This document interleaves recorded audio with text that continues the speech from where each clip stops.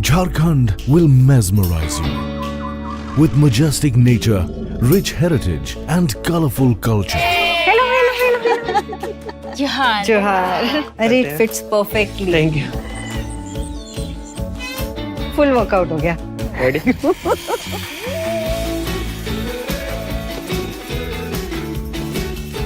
Postcards from Jharkhand on National Geographic.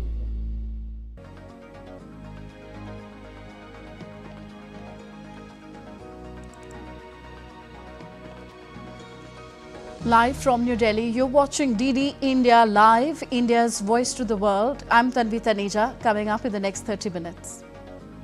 French President Emmanuel Macron urges Europe to use the Greenland moment to push for reforms and investments in strategic sectors.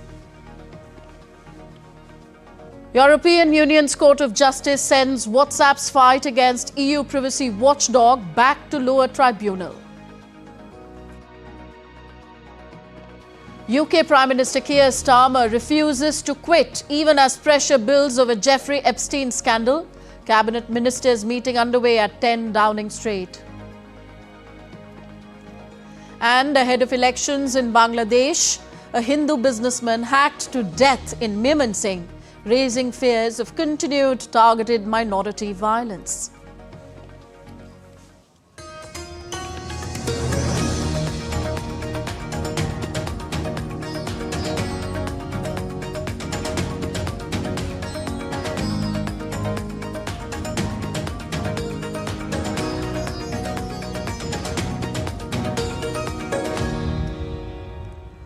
Up first, let's begin with news about West Asia. United States of America is the latest country to call on Israel to reverse its decision to expand control over the West Bank. A White House official reiterated U.S. President Donald Trump's opposition towards Israel's plans for the West Bank. Officials said that a stable West Bank keeps Israel secure and in line with the administration's goal to achieve peace in the region. The United Kingdom and Spain also joined the rising chorus of condemnation. UK said that any unilateral attempt to alter the geographic or demographic makeup of Palestine is wholly unacceptable and would be inconsistent with international law. Earlier, Saudi Arabia, Jordan and the United Arab Emirates-led regional states denounced the decisions as a violation of international law that would undermine the vision of a two-state solution as well as stability in the region. They said that the moves meant to entrench Israeli settlement of the West Bank, displacing Palestinians and imposing unlawful Israeli sovereignty there. International outrage is growing at Israeli plans to tighten the country's grip over West Bank. UN spokesperson Stephanie Dujarric said that UN Chief Antonio Guterres warned that the current trajectory on the ground is eroding the prospect for the two-state solution. Such actions, including Israel's continuing presence in the occupied Palestinian territory, are not only destabilizing, but, as recalled by the International Court of Justice, unlawful. The Secretary General calls on Israel to reverse these measures and all parties to preserve the only path to lasting peace, which is a negotiated settlement for a two-state solution in line with relevant Security Council resolutions and international law. So what Israel has done, it has approved plans to help settlers acquire land in the West Bank and widen its powers in parts of the territory where Palestinians have some self-rule.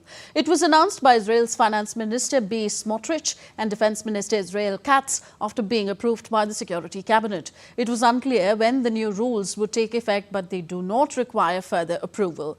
The West Bank, which Israel has occupied since 1967, would form the largest part of any future Palestinian state.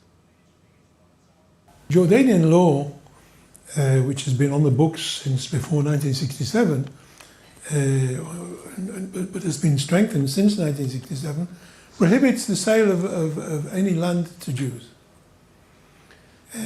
which is something very discriminatory by any standard in any society.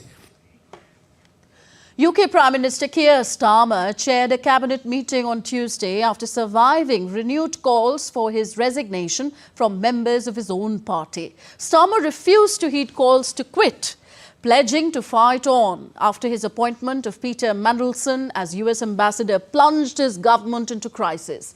This came just a day after his chief of staff resigned in the aftermath of the Jeffrey Epstein scandal.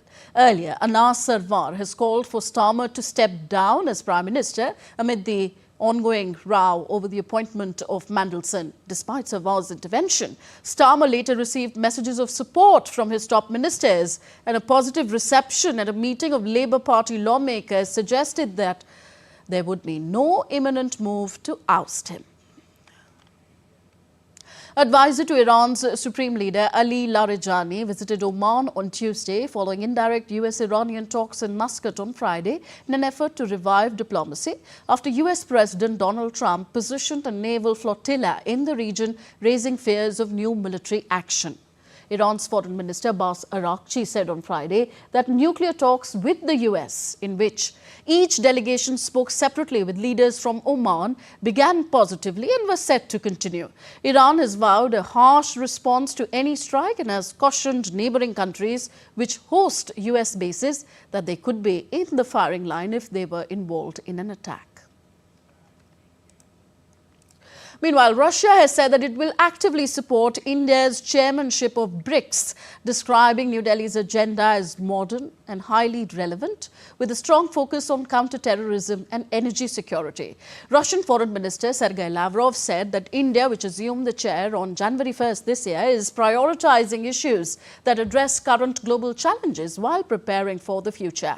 In an interview with TV BRICS, he highlighted the relevance of counter-terrorism and persistent threats in the region. Lavrov said that Russia is working closely with India at the United Nations on a global convention, adding that BRICS members support transparency while safeguarding national sovereignty.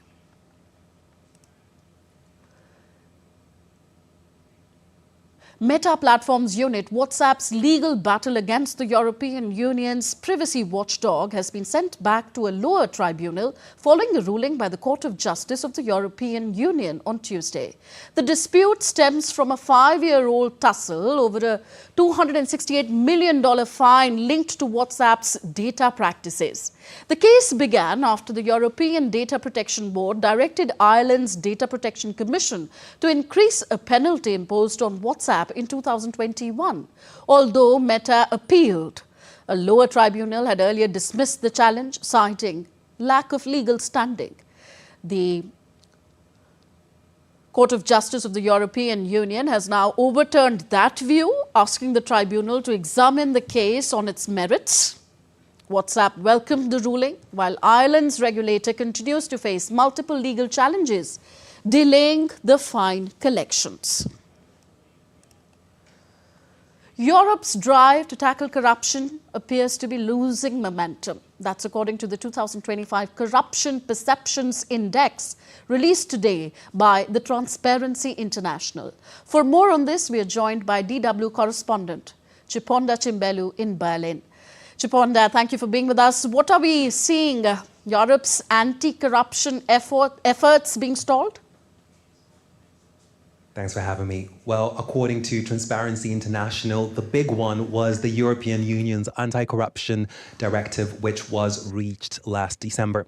Now, while that should have been a zero-tolerance framework to fight corruption, it was watered down. And that was partly because Italy blocked the criminalization of public officials' abuse of office.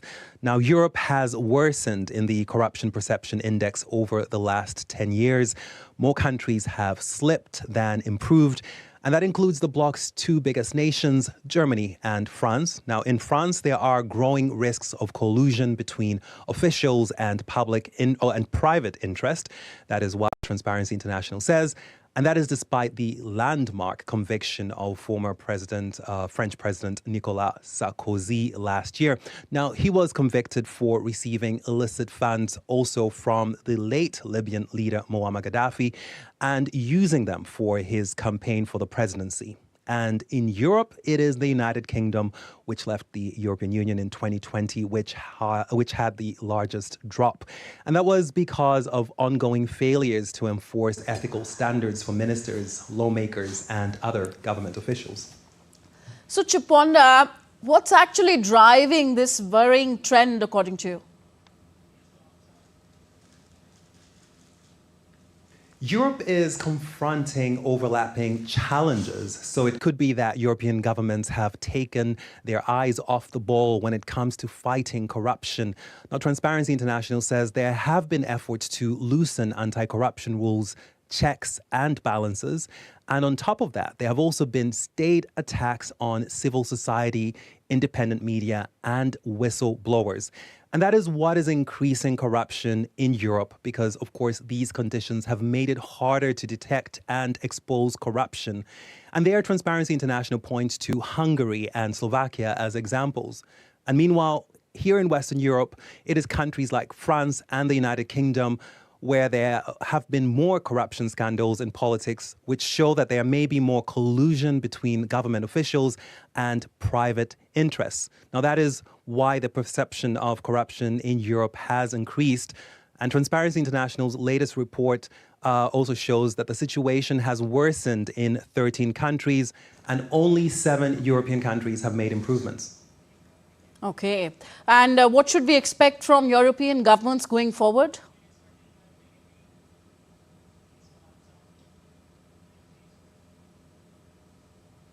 Despite Sterling, it is worth pointing out that Europe still scores better than any other region in the world when it comes to transparency. So while the perception of corruption may be on the rise, the fact is that it isn't as bad here as it is elsewhere.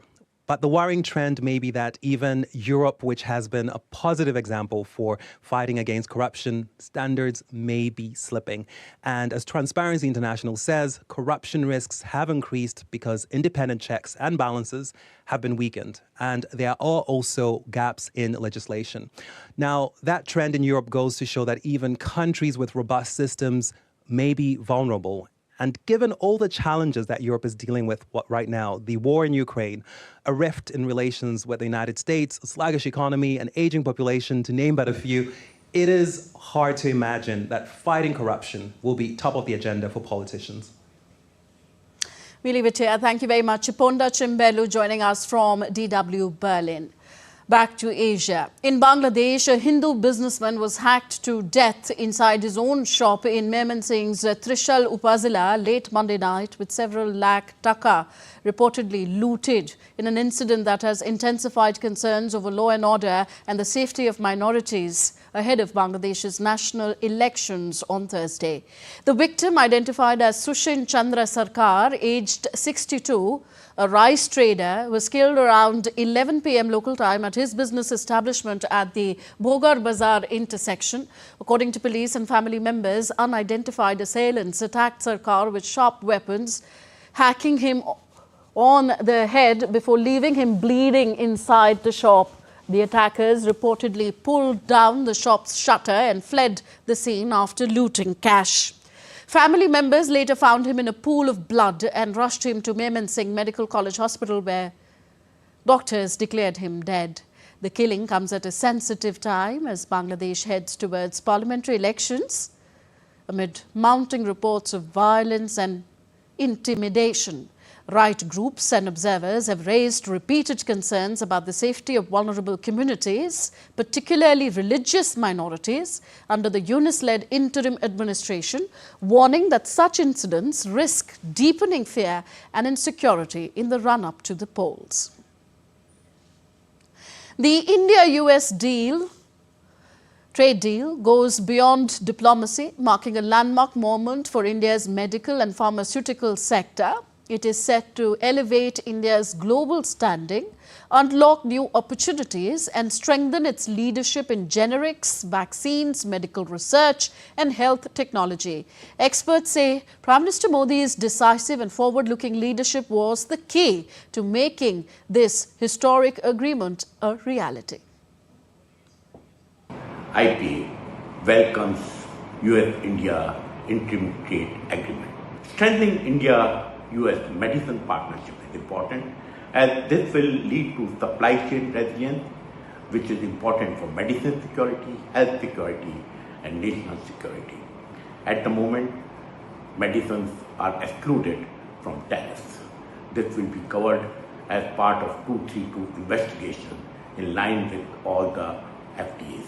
The evolving India-USA bilateral trade agreement is a positive and stabilizing development for the pharmaceutical sector, especially at a time when global healthcare systems are focused on affordability and supply chain resilience.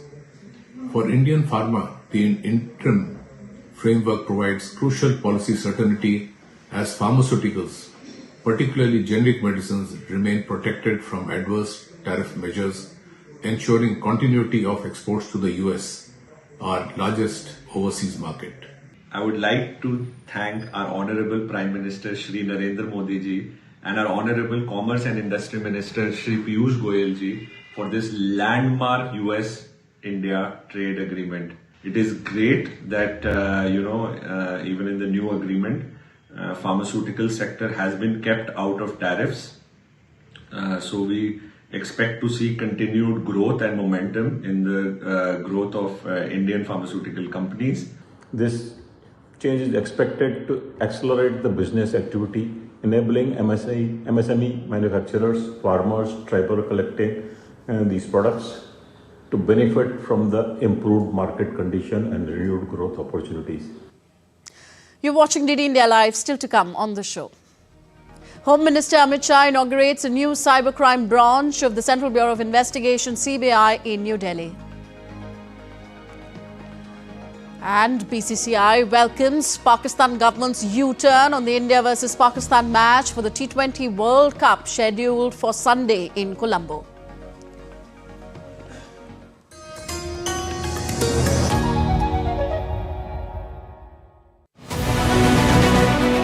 On defense dynamics, India fires a message the world can't ignore. Agni 3, the strategic signaling to China and Pakistan.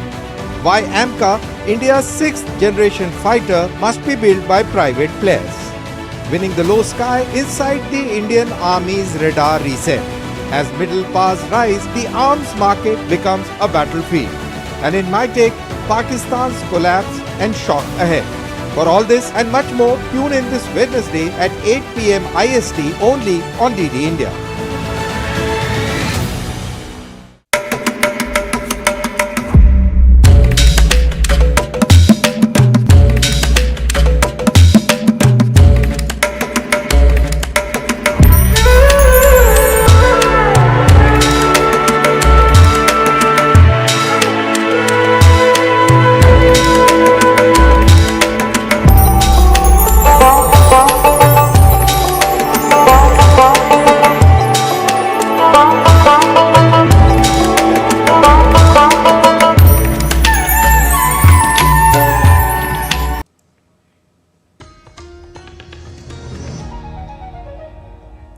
Thank you for staying with us on DD India Live. I am Tanvi Taneja. Union Home Minister Amit Shah participated in the two-day national conference on tackling cyber-enabled frauds and dismantling the ecosystem in New Delhi today. The conference was organized by the Central Bureau of Investigation in collaboration with the Indian Cybercrime Coordination Centre, Ministry of Home Affairs. The Home Minister presided over an investiture ceremony of CBI officers and also inaugurated the new cybercrime branch of the CBI and launched the S4C dashboard of I4C of the Ministry of Home Affairs. It is being convened at a time when, under the leadership of Prime Minister Modi, India's rapid digital transformation has significantly improved access to banking, governance and communication, while simultaneously creating new vulnerabilities that are being exploited by cyber criminal networks. Niti Aayog on Tuesday launched various study reports on the theme Developed India and Scenarios Towards Net Zero in New Delhi. Sectoral insights reports based on scenarios for achieving net zero targets for key sectors such as transport, industry and power were released. Chief Executive Officer of Niti Aayog, BVR Subramaniam, emphasized the need for a coordinated and long-term strategy to achieve India's net zero goals. These are so fundamental to handling the challenge of net zero. We are talking about power, we are talking about transport, we are talking about industry, and we are talking about critical minerals. All of them are extremely important to make this transition happen. The Government of India, in partnership with the United Nations Office for Disarmament Affairs, organized the second edition of the annual Capacity Building Programme on the UN Security Council Resolution 1540 and Strategic Trade Controls for Asia Pacific and African countries at the National Academy of Customs, Indirect Taxes and Narcotics in New Delhi. The three-day event will witness participation of 23 government experts from 9 countries. These include Brunei, Darussalam, Kazakhstan, Kenya, Mauritius, Mongolia, Namibia, Nigeria, Tanzania and Vietnam. This annual flagship program is a reaffirmation of India's commitment to global non-proliferation architecture. And Israeli Prime Minister Benjamin Netanyahu is expected to visit the US on Wednesday. Netanyahu has said that his talks with President Donald Trump will focus first and foremost on negotiations with Iran. The two leaders are to meet in Washington, D.C. on Wednesday, the 6th such encounter in the United States since Donald Trump returned to power a year ago. Wednesday's meeting comes days after arch foes Iran and the United States held talks in Oman, after which Donald Trump said that another round of negotiations would follow.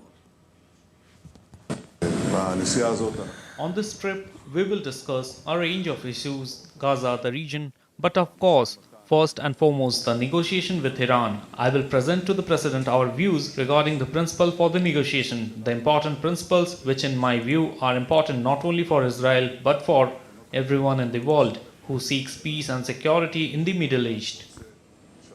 Further, French President Emmanuel Macron has warned that Europe should brace for more moments of US hostility and should treat what he called the Greenland moment as a wake-up call to push through long-delayed reforms to strengthen the bloc's global power. In an interview with several European newspapers, the French leader said that the European Union should not mistake a lull in tensions with Washington for a lasting shift, despite a pause in US threats over Greenland, trade and technology.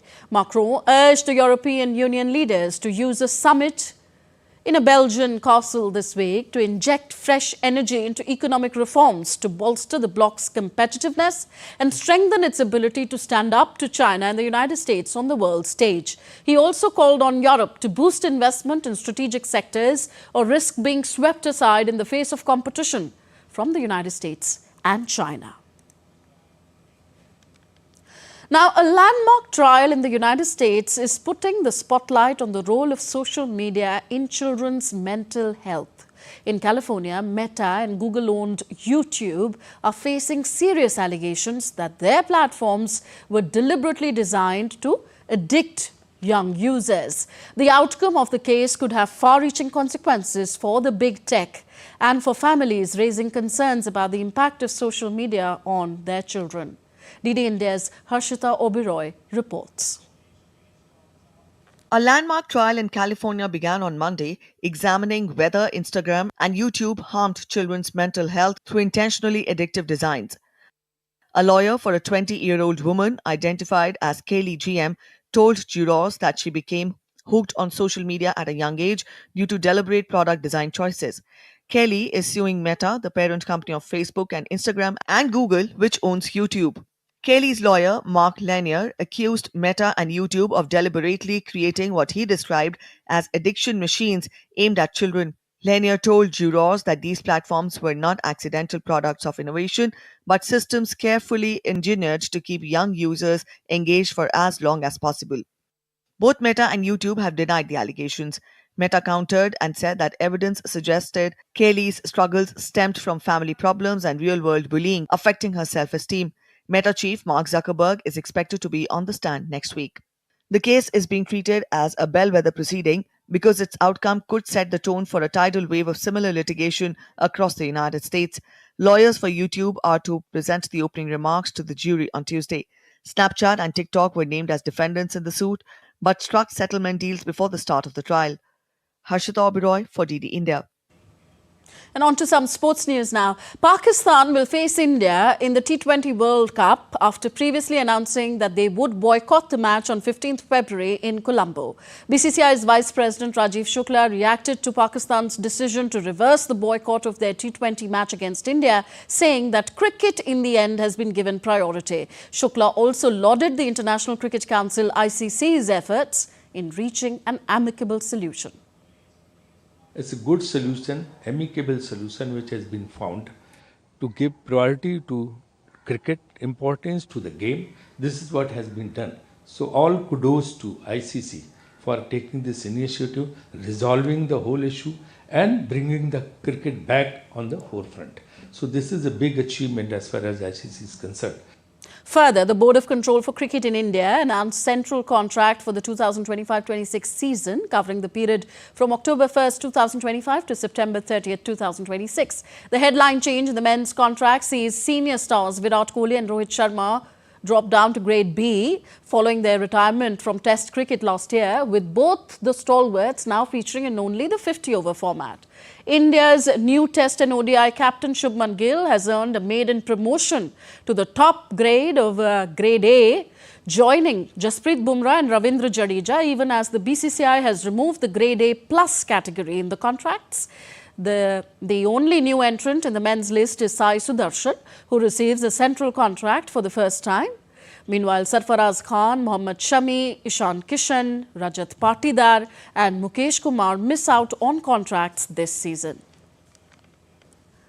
And still with cricket, the Netherlands kept their Super 8 hopes alive with a convincing 7-wicket win over Namibia at the Arun Jaitley Stadium in New Delhi in the T20 World Cup ongoing in the region. All-rounder Bas de Leede led the charge with a standout performance. Batting first, Namibia struggled to build momentum as wickets fell regularly after a cautious power play.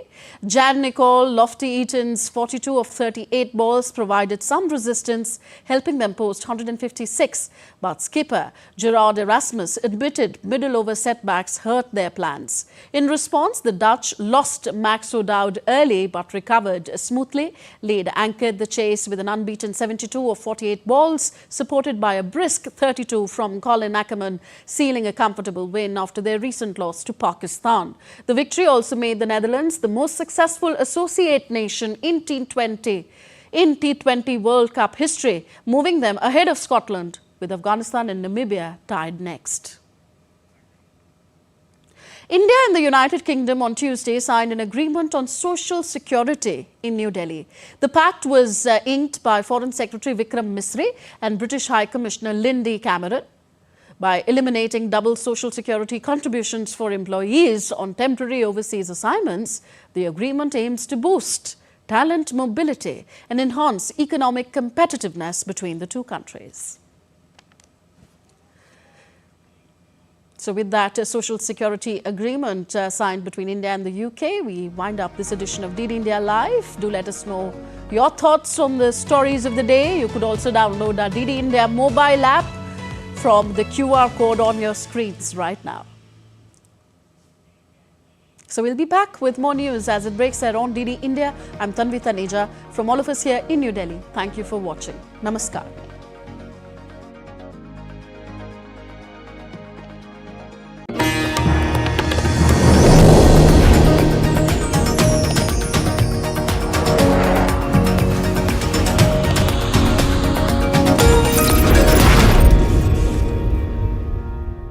Welcome to DD India, where a billion voices unite, connecting viewers to the stories that matter.